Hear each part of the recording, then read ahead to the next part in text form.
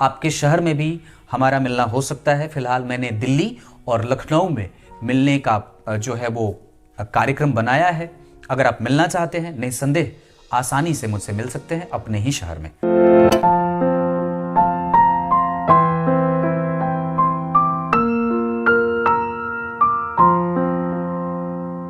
सुबह 10 बजे से लेके 11 बजे के बीच में उपस्थित हूं आप सबके सामने। आज जिनकी कुंडली लेकर के आया हूं, ये कुंडली आई है भुज, गुजरात से। इनके पिता ने इनकी कुंडली भेजी है और ये वो कार्यक्रम आप देख रहे हैं जो 2 हिस्सों में जाता है। ये इस कार्यक्रम का पहला हिस्सा है। इसी कार्यक्रम का दूसरा हिस्सा नवांश, दशमांश, लग्न और बाकी के अन्य वर्ग चार्टों के अध्ययन के साथ शाम को 8 बजे आपके सामने इसी चैनल पे प्रस्तुत होऊंगा। शुरू करते हैं आज का कार्यक्रम। कहीं नहीं जाना है, बिल्कुल बन के रहिएगा। और कार्यक्रम के आरंभ में आपको मैं सबसे पहले इनकी कुंडली के पंचांग से आपका परिचय करा देता हूं।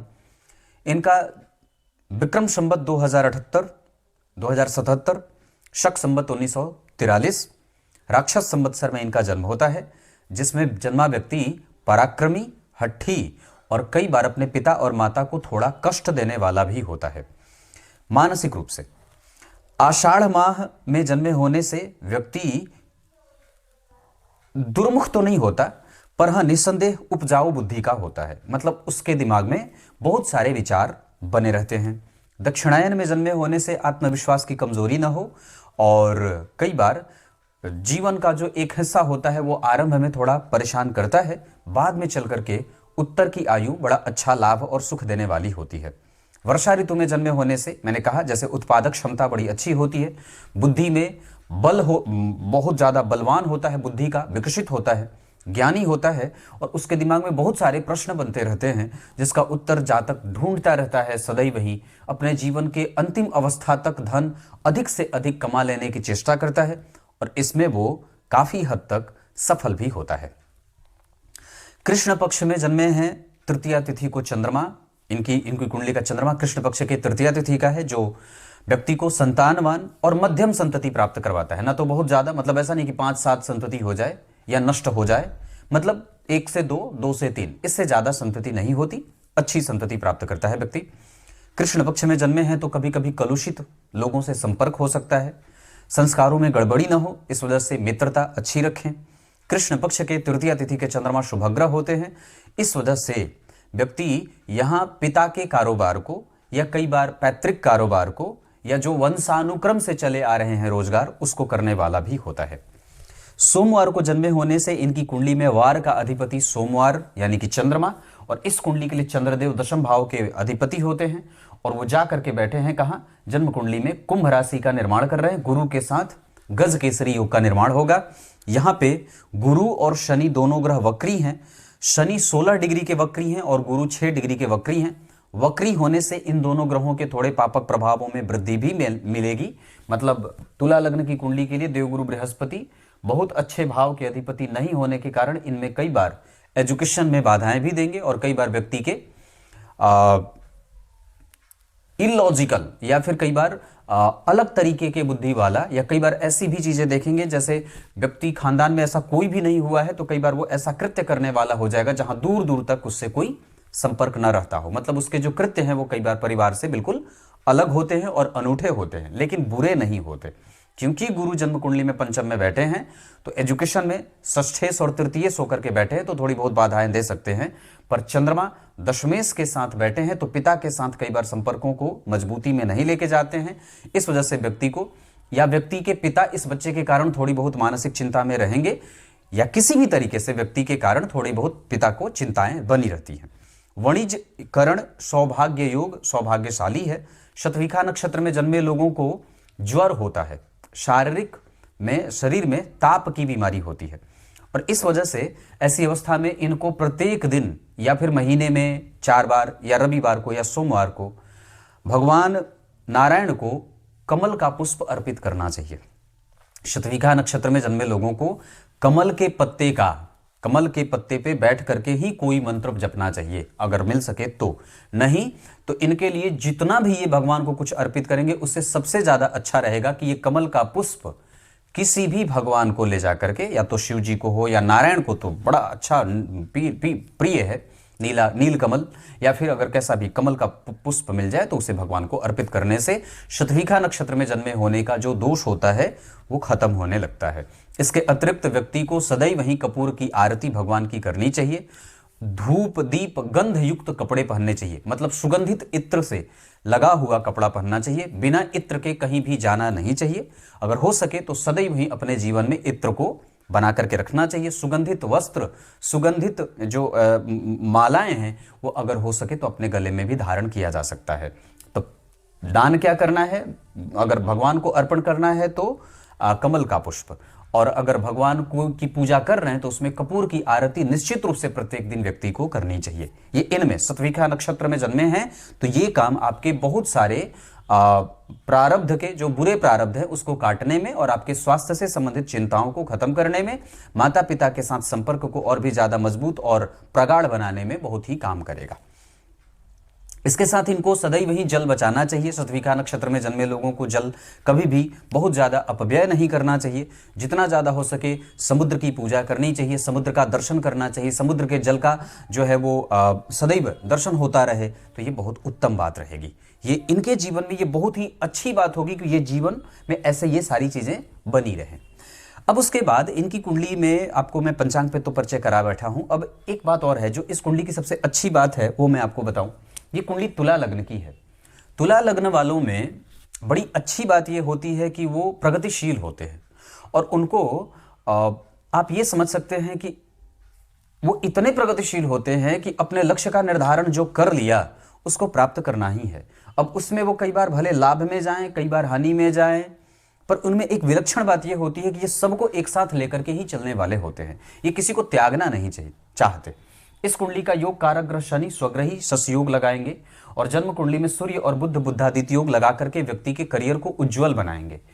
12वें भाव से पहले एकादशवें भाव में शुक्र के साथ मंगल सिंह राशि में बैठे हैं, जिसके कारण व्यक्ति क्रिएटिव होगा, फैशन को समझने वाला होगा और ट्रेंडी होता है। मतलब वो पकड़ उसकी बहुत अच्छी होती है बाजार को समझने की, और व्यवसाय करेगा तो ज्यादा बढ़िया रहेगा। शतभिखा नक्षत्र में जन्मे हैं, सप्तम स्थान के अधिपति मंगल मित्र की राशि में बैठ करके मित्र से दृष्ट हैं, तो गुरु और मंगल का, गुरु और शुक्र का, शुक्र और चंद्रमा का ये जो युति होना है ये बहुत ही ज्यादा बहुत अच्छी बात होगी। यहाँ पे कोई खराब युति नहीं है। लेकिन सप्तमेश और लग्नेश एक साथ बैठे हैं लाभ भाव में। ऐसी अवस्था में मैंने अभी थोड़े दिन पहले एक कार्यक्रम करके बात बताई थी कि लग्नेश और सप्तमेश का संबंध होता है तो कई बार व्यक्ति बुरी आदतों में पड़ता है, या कई बार व्यक्ति वो उनके जीवन में कई महिलाओं का आगमन हो जाता है, या इसके अतिरिक्त व्यक्ति को कई बार जब उसके पास चीज है उसको वो अच्छी नहीं लगेगी, जो नहीं है उसका वो कई बार प्रशंसक हो जाता है। तो ये चीजें भी यहाँ पे बन रही हैं। इसके साथ साथ लग्न 23 डिग्री का, विशाखा नक्षत्र गुरु का नक्षत्र, गुरु की दृष्टि लग्न पे है, तो इस वजह से नक्षत्र का स्वामी अगर नक्षत्र को देख ले या लग्न पे जहां पे भी नक्षत्र बैठा है अगर गुरु देख रहे हैं तो फिर घबराने की बात नहीं है। यहाँ युतियां जो बनी हैं उसको भी समझने की बारी है। गुरु और चंद्रमा, गुरु इस कुंडली के लिए 6वें भाव के अधिपति हैं और चंद्रमा इस कुंडली के लिए 10वें भाव के अधिपति हैं। इन दोनों भावों के अधिपति पिता से व्यक्ति को बैर कराते हैं, लेकिन पिता का प्रेम व्यक्ति को मिलता है। और यहाँ पे गुरु और चंद्रमा की जो युति है वो निश्चित रूप से थोड़ी बहुत कमजोर ही होगी। और कारोबार में कई बार व्यक्ति के आरंभ के जीवन में कारोबार प्रगतिशील उतना नहीं होता है, व्यक्ति आगे बढ़ता है पर आरंभ में उसको दिक्कत होती है। जन्म कुंडली के आधार पे जो इनका चंद्रमा है, जो शनि का प्रभाव है, जो बाकी के अन्य ग्रह बैठे हैं, जो राशि बनी है, उसके आधार पर व्यक्ति के जीवन का 18वां, 22वां, 26वां, 28वां, 42वां ये वर्ष कई बार कष्टदायक भी होते हैं। वहीं कई बार इनके जीवन में 14 वर्ष, 16 वर्ष, 19 वर्ष, 23 वर्ष ये जो वर्ष होते हैं, 24वें वर्ष, इन सभी में व्यक्ति के भाग्योदय, जैसे विवाह हो जाए, नौकरी लग जाए, यात्रा हो जाए, सुखद यात्रा हो जाए, इन सभी जो ये वर्ष हैं ये व्यक्ति के लिए काफी लाभदायक होते हैं। इसके अतिरिक्त अगर मैं एक बात कहूं तो इस कुंडली में सबसे अच्छी जो बात है कि कारक ग्रह का जन्म कुंडली में स्वग्रही होना। तुला लग्न की कुंडली के लिए शनिदेव सबसे ज्यादा कारक होते हैं और चतुर्थ भाव में बैठ करके वो व्यक्ति को गंभीर धन कमाने वाला बनाते हैं। अब यहाँ पे एक और भी जो अच्छी बात होगी कि व्यक्ति जीवन पर्यंत धन कमाने के पीछे लगा रहता है। सूर्य के ऊपर शनि का प्रभाव भी पिता के साथ मतभेद जाहिर कर रहे हैं और शनि के ऊपर बुध का प्रभाव व्यक्ति को टेक्नोलॉजी का ज्ञान रखने वाला बना देंगे। सूर्य और शनि दोनों केंद्र में हैं। सूर्य कौन है? इस कुंडली के लिए, जन्म कुंडली के लाभ के अधिपति दशम में बैठे हैं, दिग्बली होकर के पुष्य नक्षत्र में बैठे हैं, जिसका अधिपति शनि इन्हें देख रहा है। मतलब ये अच्छी बात होगी कि कम से कम जिस नक्षत्र में सूर्य बैठे हैं उस नक्षत्र का स्वामी शनि उन्हें देख रहा है, और योग कारक ग्रह के नक्षत्र में ही सूर्य बैठे हैं, जो कि एक तरीके से बहुत अच्छी बात है। चंद्रमा जो बैठे हैं वो शतभिका के हैं, और वो राहु जन्म कुंडली में बैठे हैं अष्टम भाव में उच्च के होकर के, जिसके कारण व्यक्ति के जीवन में राहु की दशा कई बार कमजोर जाएगी। लेकिन समझदारी की बात यह होगी कि ये राहु 15 डिग्री के बैठे हैं और रोहिणी नक्षत्र में बैठे हैं, जिसका अधिपति जन्म कुंडली में चंद्रमा बैठे हैं। कहां? शतभिखा नक्षत्र में। अब जरा ध्यान से समझिए, तो चंद्रमा बैठ गए शतभिखा के और राहु बैठ गए रोहिणी के, तो इन नक्षत्रों का जो परिवर्तन होगा, और राहु की जो डिग्री है 15 डिग्री के, इस आधार पे राहु जिस राशि में बैठे हैं इस राशि का अधिपति इस कुंडली का लग्नेश होकर के लाभ में बैठा मघा नक्षत्र में। अब जरा ध्यान से समझें, तो शुक्र बैठे हैं किसके नक्षत्र में? मघा के। राहु कहां बैठे हैं?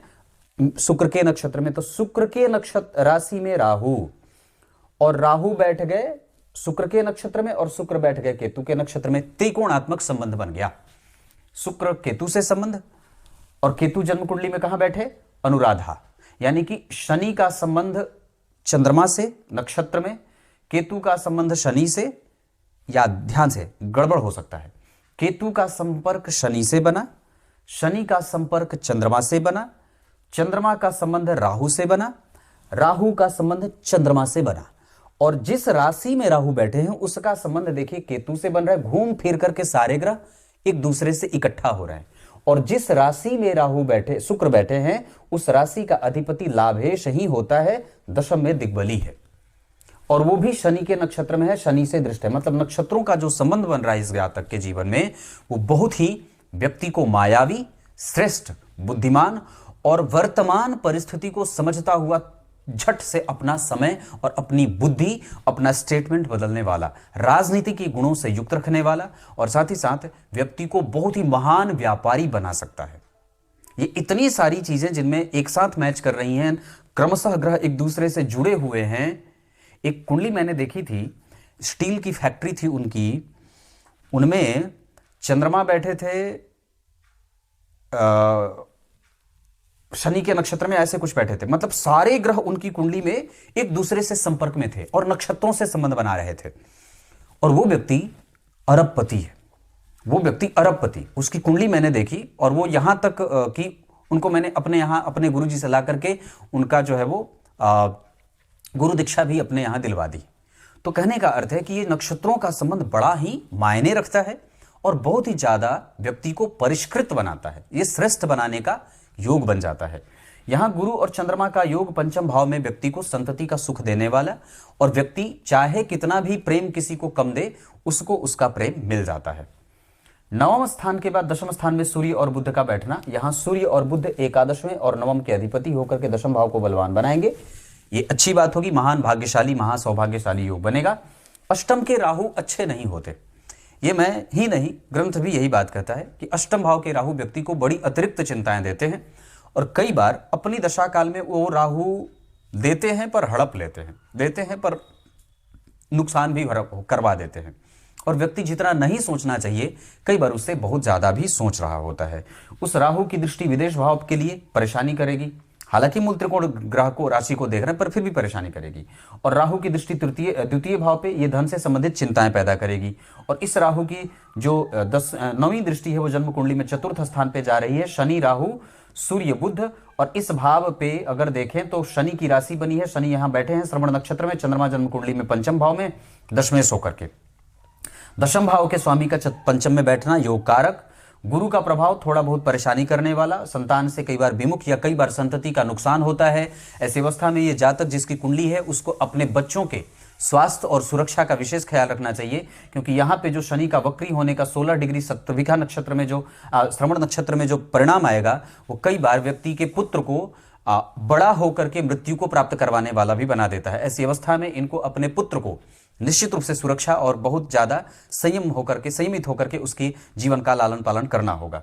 यहाँ पे कई बार व्यक्ति की माता को भी बीमार होते देख रहा हूं, और कई बार व्यक्ति के जीवन में पत्नी का सुख देर से, विलंब से या कष्ट से भी होते हुए देख रहा हूं। हालांकि इस कुंडली में धन भाव के अधिपति जन्म कुंडली में मंगल जाकर के बैठे हैं लाभ भाव में, मित्र की राशि में, मित्र से दृष्ट हैं, शुक्र के साथ बैठे हैं, लग्नेश और धनेश का संबंध बहुत अच्छा माना जाता है। इस वजह से ये कुंडली धन के मामले में अतिरिक्त धन इकट्ठा करेगी और जीवन पर्यंत इस व्यक्ति का जो प्रक्रम है वो धन के इर्द गिर्द ही बनता रहेगा। ये पॉलिटिक्स में राजनेता बन सकते हैं, उसके बाद ये बिजनेसमैन बन सकते हैं। ये कई बार व्यक्ति जब जन्म कुंडली में शनि का प्रभाव लग्न पे होता है और उच्च की दृष्टि है तो व्यक्ति बहुत अच्छे पदों पे विभूषित होता है राजनीति में। इसके अतिरिक्त व्यक्ति कारोबार करने वाला, व्यापारिक बुद्धि का, विलक्षण बुद्धि का और प्रबुद्ध होता है। लेखक, पत्रकार और प्रवक्ता बनने का योग होता है। राजनीति में महारत हासिल करने वाला, तिकड़मी, लोगों को ज्ञान देकर के अपना धन कमाने वाला और सदैव ही सबका प्रिय बना रहता है और अपनी वाणी के कारण और अपनी बुद्धि के कारण दुश्मन को भी मित्र बना लेता है। अब बात और इसी कुंडली के अगले चरण पे करते हैं। इनकी कुंडली में मैंने नक्षत्र के बारे में चर्चा की, ग्रहों के आपसी संबंध, नक्षत्रों के संबंध के बारे में चर्चा की। इसके अतिरिक्त अगर आप देखें तो एकादशवें भाव में मंगल और शुक्र का बैठना और दशम भाव में सूर्य और बुध का बैठना।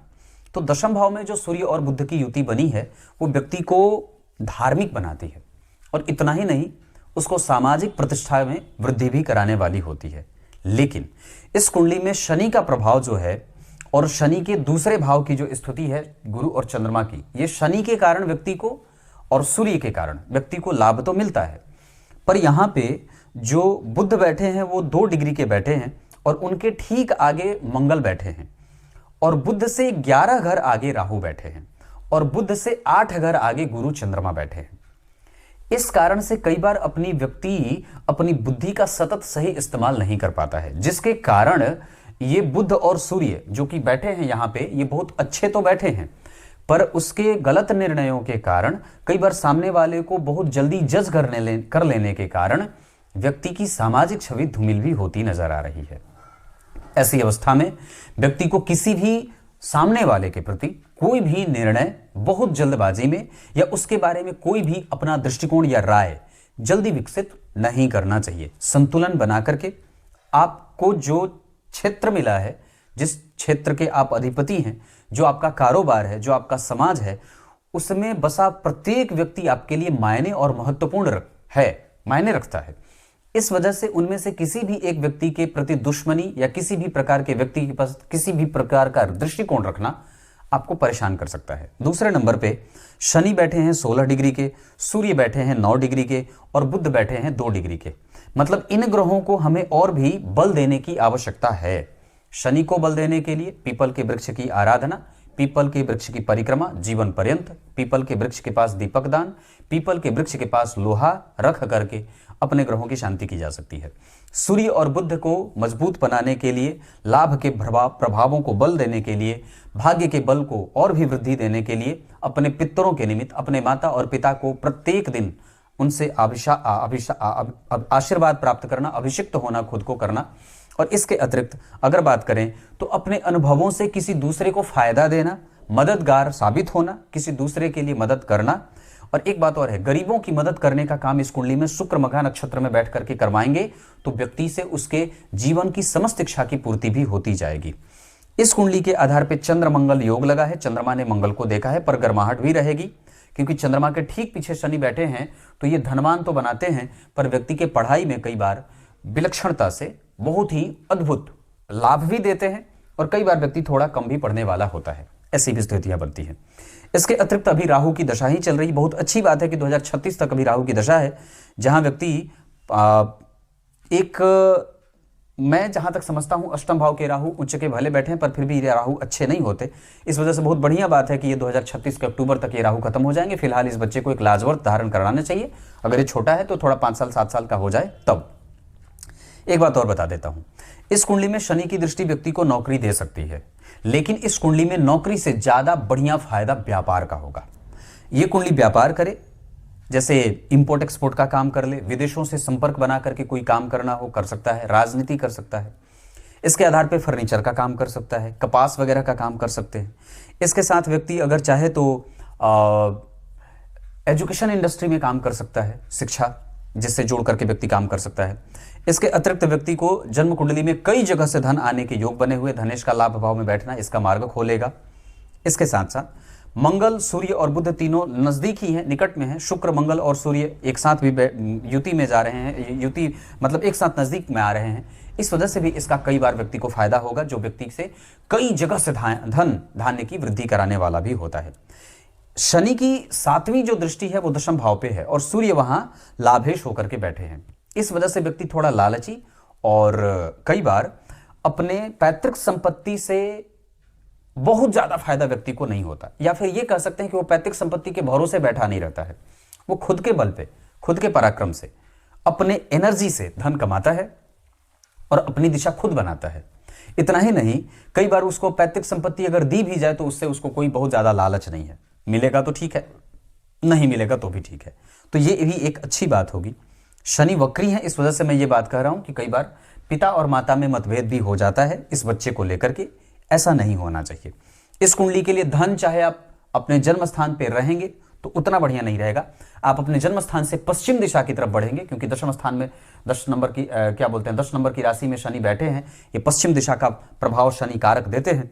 तो अपने जन्म स्थान से पश्चिम दिशा की तरफ खाद्यान्न से संबंधित कारोबार में, कोयले से संबंधित कारोबार में, फर्नीचर मैंने बताया, और उसके बाद गैस इंडस्ट्री से जोड़ करके अगर व्यक्ति कोई भी काम करे, या फिर आग वाले क्षेत्रों से संबंधित अगर व्यक्ति कोई काम करना चाहे तो बिल्कुल कर सकता है। इसके अतिरिक्त व्यक्ति जो है वो जमीन के अंदर से, भूगर्भ से निकाल करके कोई चीज अगर बेचना चाहता है तो वो भी बेच सकता है। धातुओं का काम कर सकता है, तांबे का काम कर सकता है। ये इस तरीके की चीजें भी व्यक्ति की कुंडली में बनती हैं। इतना ही नहीं, व्यक्ति को अपनी पैतृक संपत्ति को बचा करके रखने में भी कोई उतनी दिलचस्पी नहीं होती, और ना तो रखने में कोई दिलचस्पी होती है, ना तो उससे कोई फायदे की दिलचस्पी होती है। ये स्वयं अपने बल पे ही आगे बढ़ेगा और अपने बल पे ही सारा काम करेगा। इसके साथ साथ यहां व्यक्ति कई बार जीवन के अंतिम समय में कष्ट भी भोगेगा और कई बार जीवन के अंतिम समय में एकाकीपन में भी जाता है। ऐसी अवस्था में चूंकि मंगल जो है वो चंद्रमा से 7 में बैठे हैं, ये चंद्र कुंडली से कुंडली मंगलिक होगी, तो कुंडली मिला करके ही करना चाहिए। इस कुंडली के नवांश और दशमांश पे चर्चा तो मैं शाम के कार्यक्रम में करूंगा, पर फिर भी मैं इस कुंडली के चतुर्थ स्थान में शनि, उस पे सूर्य की दृष्टि, और शनि बलवान है, खराब नहीं है। तो यहाँ पे ये जो बात है कि बुढ़ापे में कष्ट वाला, ये तो सामान्यतया रहता ही है। लेकिन एक जो परेशानी वाली बात होगी वो ये होगी कि व्यक्ति को अगर कुंडली मिला करके विवाह ना किया जाए तो कई बार उसकी पत्नी कठोर या कलुषित विचारधारा वाली, या कई बार पत्नी बच्चों को लेकर के अलग रहने वाली भी हो जाती है। तो ऐसा ना हो, इस वजह से कुंडली मिला करके ही विवाह करना चाहिए। यहां तक इतनी चर्चा करने के बाद मैं आपको अब इनकी कुंडली में ग्रह के दृष्टि पे लेके आता हूं। जैसे गुरु जो है वो इस कुंडली के षष्ठेश और तृतीयेश होते हैं। तुला लग्न की कुंडली के लिए गुरु अच्छे भावों के स्वामी नहीं होते हैं। मैंने इस पे एक कार्यक्रम करके बात बताई थी कि कोई भी ग्रह अच्छा या बुरा नहीं होता, सारे ग्रह अच्छे होते हैं, कोई भी ग्रह बुरा नहीं होता। आकाश मंडल का 12 भाग किया गया, जिसमें से कुछ ऐसे भाग होते हैं जहां पे मृत्यु हो जाती है, जहां जीवन मिलता है, जहां आमदनी बढ़ती है, जहां सुख मिलता है, जहां पुत्र मिलता है। उस भाव में अगर एक अच्छे ग्रह की स्थिति भी बैठ जाती है तो वो भाव, उस भाव का प्रभाव ऐसा होता है कि वो उस ग्रह को भी प्रभावित कर देता है। मतलब आकाश के क्षेत्र अच्छे और बुरे हो सकते हैं। एक ऐसा क्षेत्र है जहां चक्रवात आता है, एक ऐसा क्षेत्र है जहां से तूफान आता है, एक ऐसा दबाव है जो व्यक्ति के जीवन में तूफान लेके आता है।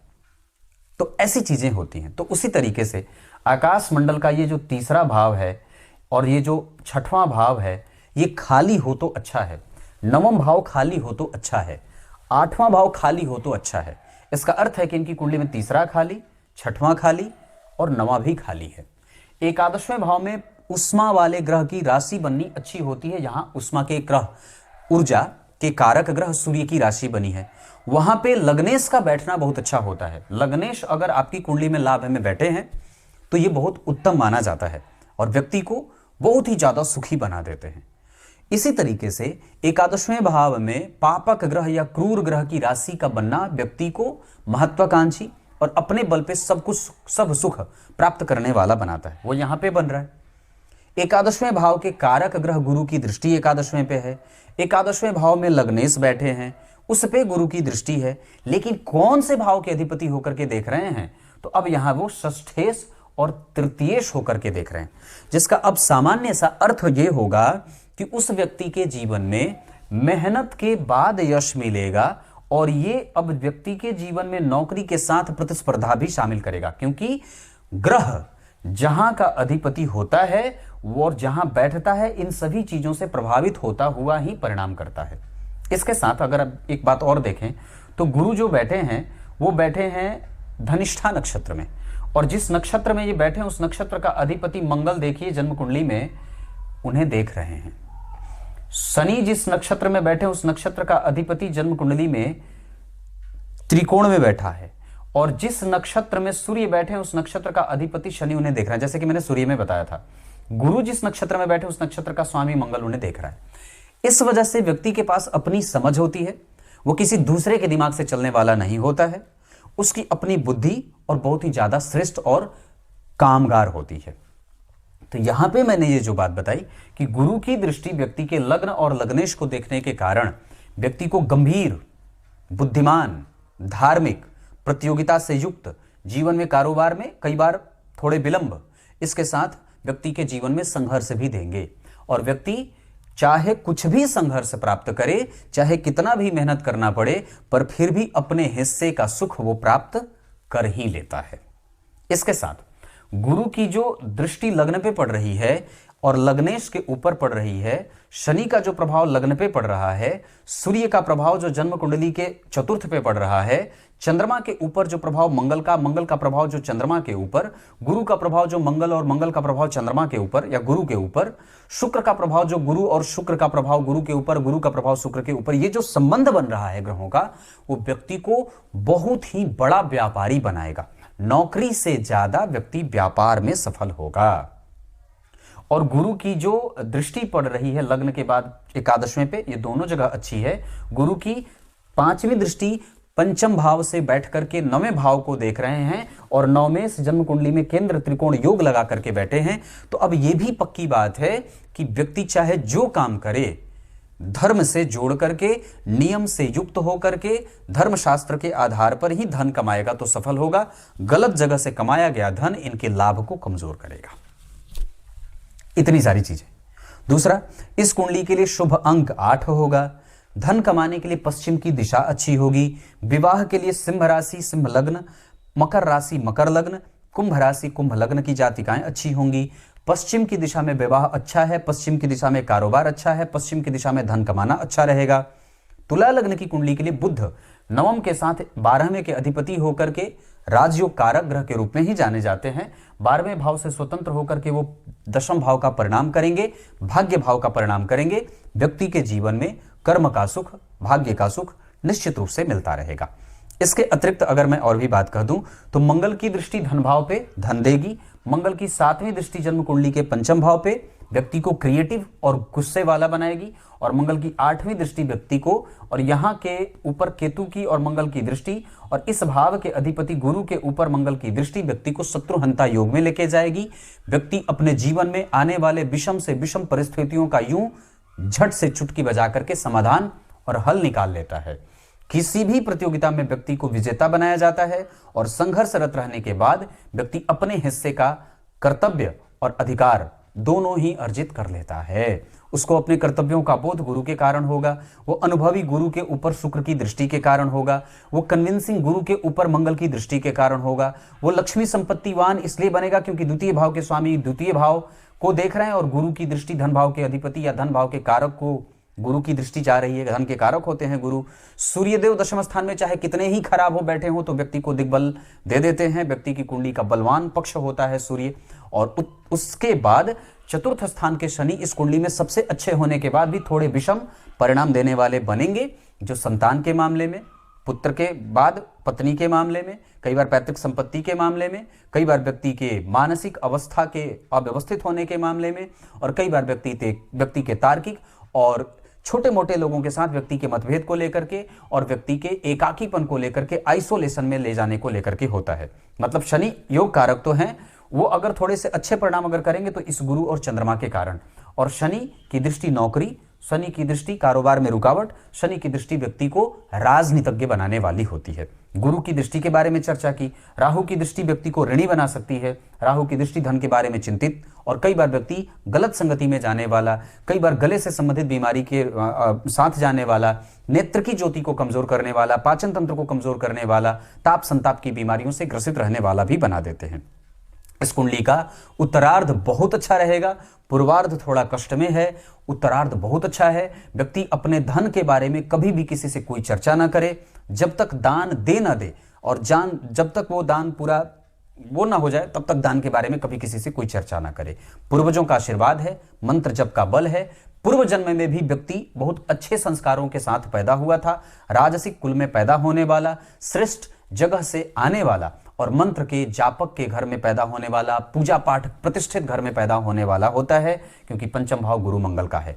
इस कुंडली में व्यक्ति का भविष्य उज्जवल है, व्यक्ति का वर्तमान सुरक्षित है, वर्तमान भी अच्छा है। इसके साथ व्यक्ति की कुंडली में राहु अष्टम में है, इस वजह से व्यक्ति को अपने वंश के कृत्य को कोई भी उसका दुष्परिणाम ना मिले, इस वजह से पितरों की सदैव उपासना करनी चाहिए। मंगल देव जन्म कुंडली में सूर्य के साथ बैठे हैं, वास्तु का दोष जन्म कुंडली में नहीं लगा है।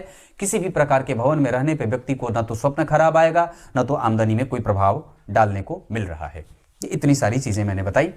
नक्षत्र के आधार पर पुष्य, पुनर्वसु, श्रवण, धनिष्ठा, अनुराधा और रोहिणी ये नक्षत्र किसी भी कार्य को करने के लिए बहुत अच्छे रहेंगे। धन किसी को देना नहीं चाहिए। आपकी कुंडली में धन से संबंधित समस्याएं राहु और केतु के कारण थोड़ी बहुत चिंता में रखेंगी। फिर गुरु की दशा आएगी जिसमें आपको नौकरी और आपके व्यापार को बल मिलेगा और व्यक्ति अपने जीवन में आने वाली चुनौतियों का सत्कार करने के साथ उस पर विजय भी प्राप्त करेगा, क्योंकि मंगल की दृष्टि गुरु पे, मंगल की दृष्टि छठवें भाव पे और चंद्रमा के ऊपर मंगल की दृष्टि व्यक्ति को उत्तेजित मानसिकता के बनाने के साथ साथ परिस्थितियों को समझने वाला, झट से अपना पाला बदल करके पक्ष को अपने पक्ष में करने वाला, विपक्ष में गई हुई चीजों को भी अपने पक्ष में करने वाला होता है और शातिर दिमाग का होता है। क्लियर है? कुछ इसी तरीके से आज के इस कार्यक्रम का समापन करते हैं। कार्यक्रम आप लोग प्रत्येक दिन देखा करिए। राशिफल के लिए राशिफल विद नकुल पाराशर का चैनल निश्चित रूप से सब्सक्राइब कर लीजिए। जय श्री कृष्ण लिखने के साथ डेट ऑफ बर्थ, टाइम और प्लेस अवश्य लिखें। तब तक के लिए बहुत बहुत नमस्कार।